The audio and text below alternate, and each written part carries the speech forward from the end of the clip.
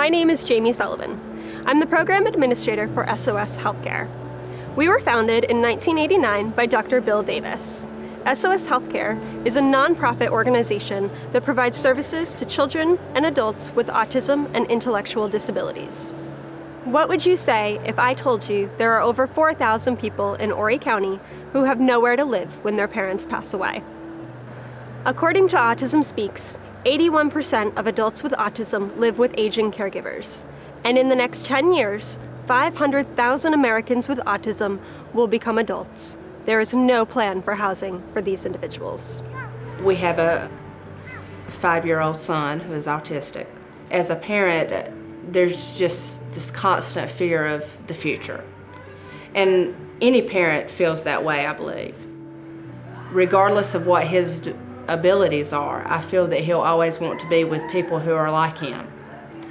And to know that he will be in this community with others who are also on the spectrum and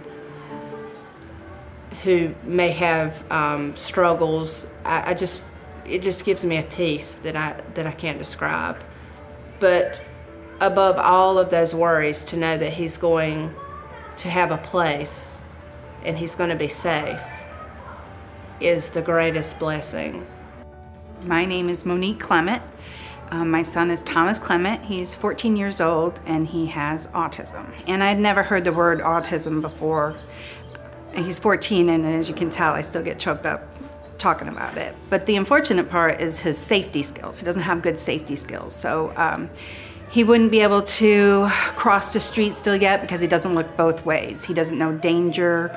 Housing is super important for us here. You know, he's smart. He can work and do odd jobs, but then again, he can't be. He needs to be with somebody forever. So having a housing here where he could live and work, but yet have the protection by caregivers in home at all times is really important. And that's where I'm so grateful for all the programs that SOS Healthcare has done. I've benefited from every single one of them, and I'm blessed, and that's why he is where he is today. We have a responsibility as a community, not only to care for typical kids, but to care for any individual with a disability. It's our responsibility. My name's Liam Pope. My mom is doing a household project called Oak Tree Farm. We are building houses in the community for children and adults with autism. I'm excited about seeing that neighborhood because their children's lives will be easier instead of being so unnerving as much. Or even if they grow a garden, they can cook their own vegetables there. Hi, I'm Sarah Pope. I'm the Executive Director of SOS Healthcare.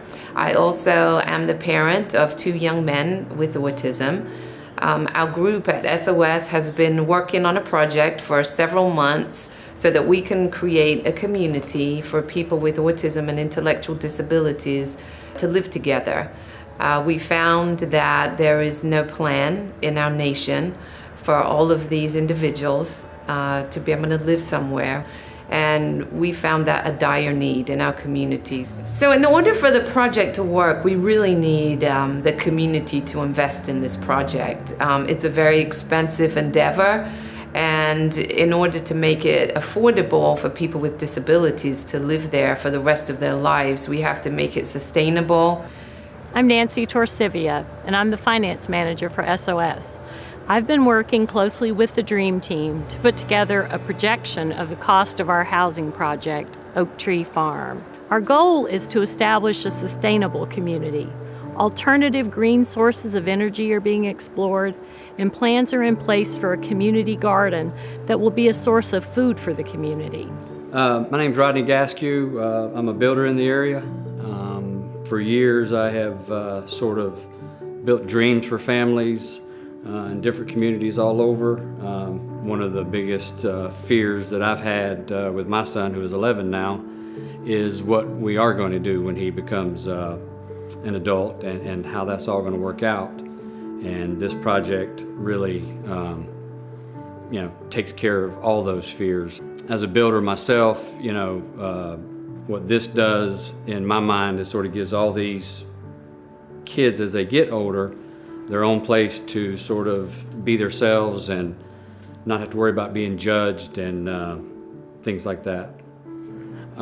As a father of a child with autism and being able to help his future and be secure and knowing that one day when I'm not around, that he will have a place, it also makes me feel good to know that I can help other families and their kids. So I got a part in that, and you can too. Hi, my name is Cheryl Bowerly, and I'm the board chair for SOS Healthcare here in Myrtle Beach. And I'm also the mother of a young woman with autism. As the board chair for SOS Healthcare and as a parent, I think it's really imperative that we figure out how to house all of our young people. We are really excited about it, but we can't do it on our own. We really need your support. Hello, my name is Summer Bowerly, and my mom and I have been talking about the housing project. So I'm excited to live with a friend because we get to spend time with each other, help each other out with cook meals, do some chores, and we could garden fruits and vegetables. I'm excited to be independent. It'll bring me great joy if I live with a friend. So I have to pay for the apartment by getting a job,